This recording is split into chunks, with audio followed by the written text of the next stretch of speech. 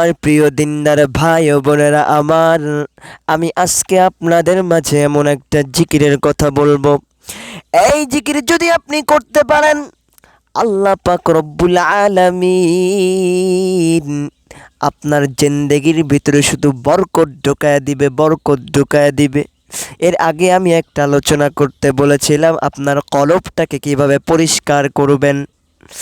এই জিকিরটা যদি আপনি করতে পারেন, আল্লাহ পাক রব্বুল আলামিন আপনার কলবটাকে পরিষ্কার করে দিবে, ফ্রেশ করে দিবে।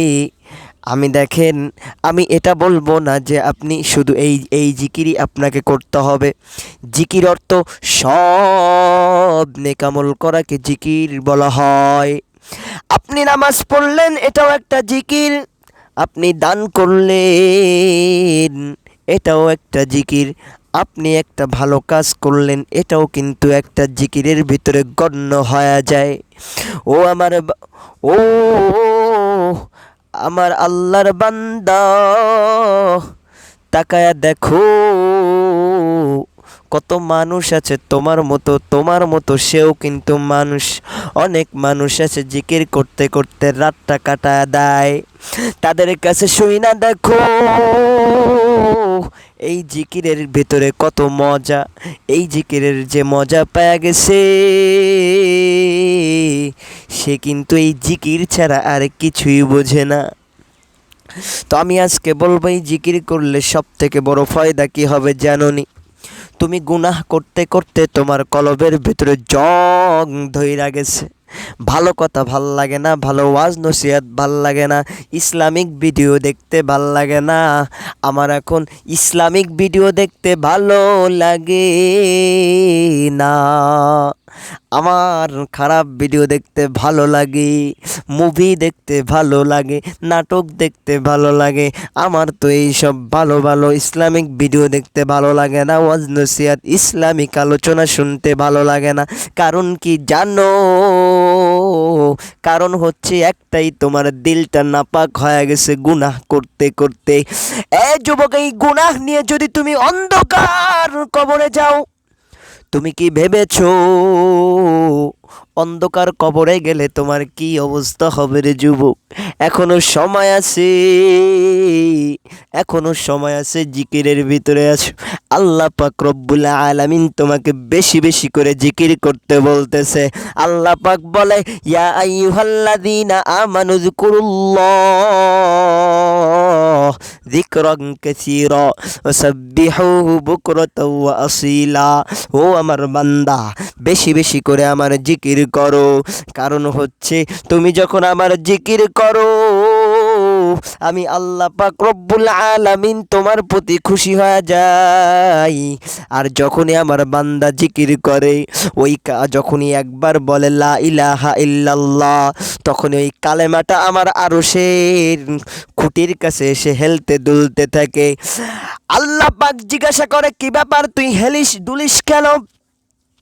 তখন ওই জিকিরটা বলে, আল্লাহ, তোমার অমুক বান্দা আমাকে পাঠ করেছে, বলেছে লা ইলাহা ইল্লাল্লাহ। ও আল্লাহ, যতক্ষণ পর্যন্ত ওই বান্দার জিন্দেগির সব গুনাহ মাফ না করবা, আমি কালেমা এইভাবে তোমার খুঁটির এইখানে হেলতে দুলতে থাকবো। আল্লাহ পাক বলবে, বান্দা যা, তোর জিন্দেগির সব গুনাহ মাফ করে দিলাম। সুবহানাল্লাহ। এই কালেমার অনেক ফজিলাত রয়েছে। মুসা আলাইহি ওয়াসসালাতু ওয়াসসালাম আল্লাহকে জিজ্ঞাসা করে, ও আল্লাহ রে, আমাকে তুমি এমন একটা কালেমা দাও, এমন একটা কালেমার শিক্ষা দাও, যাতে আমি মুসা একা একা তোমাকে ডাকতে পারি, একা একা তোমার ইবাদত করতে পারি। ও আল্লাহ, এমন একটা কালেমা তুমি আমাকে দাও, অন্য কোনো মানুষ, অন্য কোনো কেউ যাতে না জানে। আল্লাহ পাক রব্বুল আলামিন মুসাকে ডাকিয়া বলে, ও মুসা, তাহলে শুনিয়া নাও, এর থেকে দামি কলেমা, এর থেকে উত্তম কলেমা আমার কাছে আর নাই।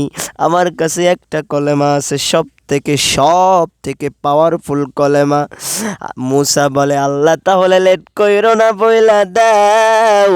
আল্লাহ বলে মুসা লেট করো না, বলে ফেলো লা ইলাহা ইল্লাল্লাহু মুহাম্মাদুর রাসূলুল্লাহ। সুবহানাল্লাহি ওয়া বিহামদি। কত সুন্দর কথা। মুসার মাথা গেছে গরম হয়া, ও আল্লাহ আমি তোমার কাছে চাইলাম একটা কলেমা, এমন একটা কলেমা চাইলাম যাতে ওই কলেমা কেউ জানবে না আল্লাহ, কিন্তু তুমি আমাকে এমন একটা কলেমা দিলা, এমন একটা কলেমা দিলা সবাই জানে। এই কলেমা তো জাতীয় কলেমা, জাতীয় জিকির। মুসার মেজাজ খারাপ হয়ে গেল। আল্লাহ ডেকে বলে মুসা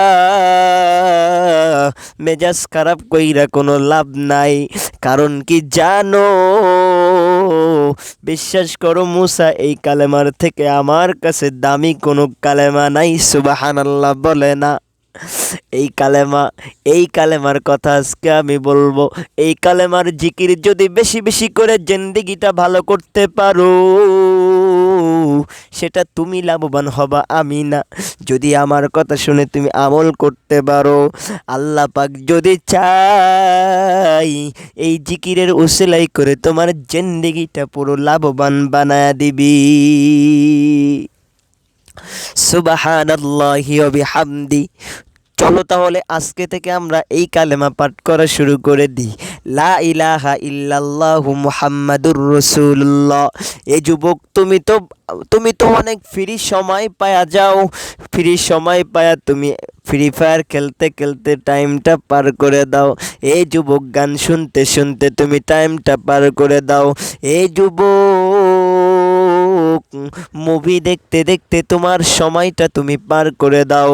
তুমি যতক্ষণ মুভি দেখতেছো, ততক্ষণ যদি তুমি একবার যদি আল্লাহকে আল্লাহ বলে ডাক দাও, কিংবা একবার কালেমা পড়ে যখন ডাক দাও, তখন আল্লাহ পাক রব্বুল আলামিন ফেরেশতাদেরকে ডেকে বলে, ও ফেরেশতা,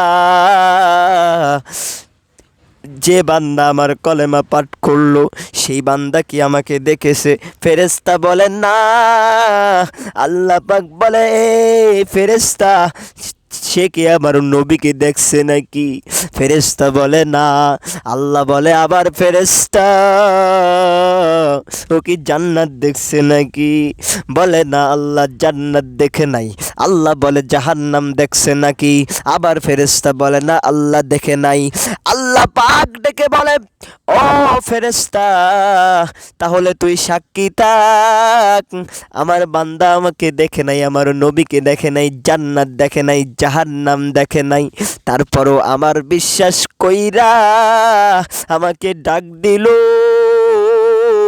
ও ফেরেশতা, তুই সাক্ষী থাক, জিন্দেগির সব গুনাহ মাফ করে দিলাম। সুবহানাল্লাহ। এই জন্য বেশি বেশি করে জিকির করবেন, বেশি বেশি করে জিকির করবেন। ফ্রি টাইমে একটু এখনও ফিরে আসুন, এখনও সময় আছে, ফিরে আসুন। দেখেন, চোখটা যখন বন্ধ হয়ে যাবে, বিশ্বাস করেন আর কোনো সময় থাকবে না। হাজার কাঁদলেও সময় পাইবেন না। আফসোস করবেন, এত আফসোস করবেন, আফসোস রাখার কোনো জায়গা হবে না। আল্লাহ পাক রব্বুল আলামিন আমাদের বেশি বেশি করে জিকির করার তৌফিক দান করুক। সবাই বলেন আমিন। জীবনে অনেক গুনাহ করে ফেলেছেন, জিকির করবেন, আল্লাহর কাছে মাফ চাইবেন, আল্লাহ মাফ করে দিবে। পেরেশানি হওয়ার কোনো কারণ নাই। দুনিয়াতে যতক্ষণ পর্যন্ত আপনি বেঁচে আছেন, ততক্ষণ পর্যন্ত আপনার সময়। যখন আপনি মারা যাবেন, তখন আর কোনো সময় থাকবে না রে ভাই, বুঝছেন? আর কোনো সময় থাকবে না। আল্লাহ পাক রব্বুল আলামিন আমাদের বেশি বেশি করে জিকির করার তৌফিক দান করুক। সবাই বলেন আমিন। তো আজকের ভিডিওটা এই পর্যন্ত। ভালো থাকবেন সবাই, সুস্থ থাকবেন। এখনই আপনাদের মাঝ থেকে বিদায় নিচ্ছি। আসসালামু আলাইকুম ওয়া রাহমাতুল্লাহ।